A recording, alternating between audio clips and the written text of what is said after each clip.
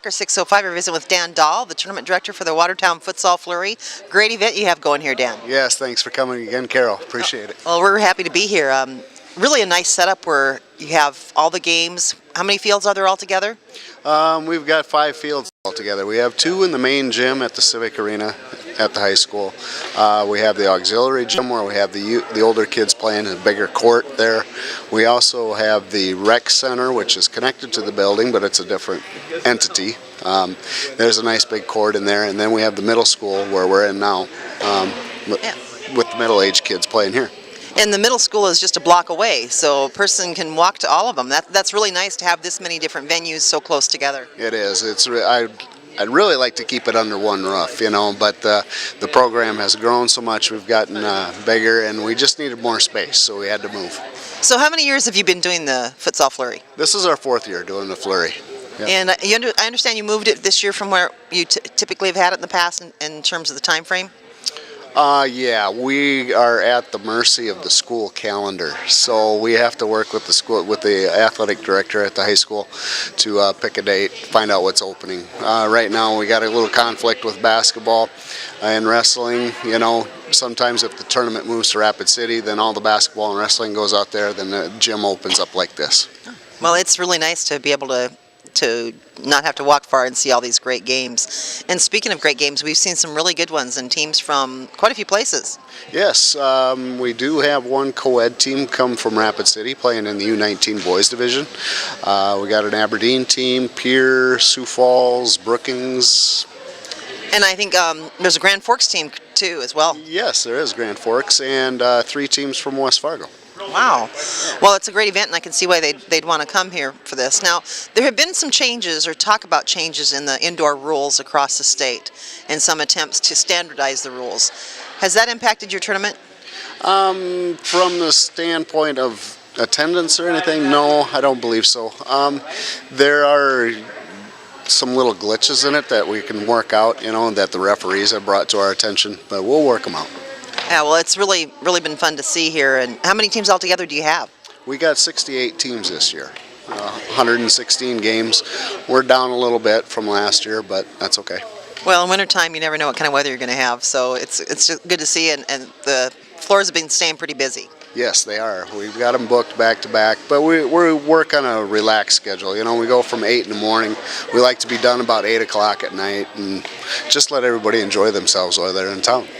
Well, before you started your indoor tournament and expanded the program here, we used to see 1, maybe 2 Watertown teams, typically boys teams, that would go to the indoor tournaments out in Rapid City, and now you have quite a few. How many Watertown teams alone do you have playing?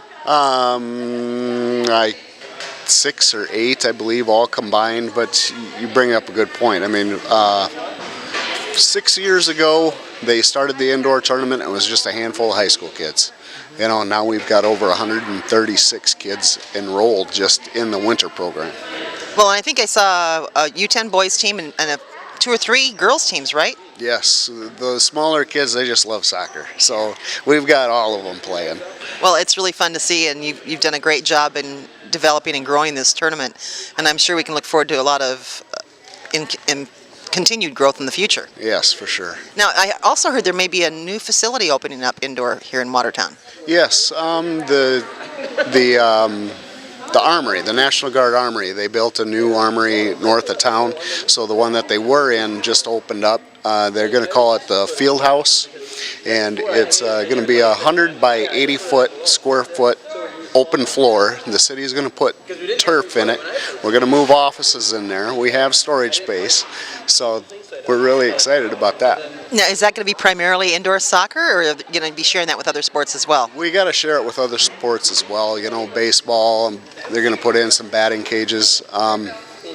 But for the most part, I think the soccer association is going to have majority of the time. Wow, that's exciting news for the Watertown soccer program. It is. It really is. Well, and you guys also have formed a collaboration with Brookings FC for your select program with the Brookings FC WYSA Select program. And this is the first year that's been in operation, isn't it? Yes, it is. That's been another new adventure we've taken. Joined up with Brookings. We have the U15 girls, U15 boys, U17 girls, U17 girls team, 15 and 17 girls teams.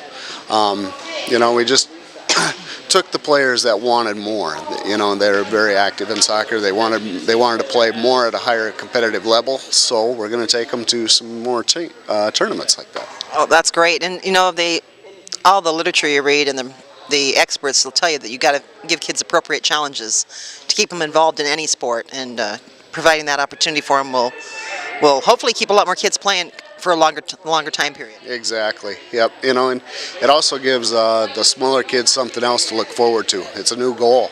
Let's get on that select team. Let's make it bigger and better. So. Well, you're doing some exciting things up here in Watertown. It's good to see, and we're really happy to be here at the Watertown Futsal Flurry, Dan. Glad you came. Appreciate Thanks a lot. You bet. Bye.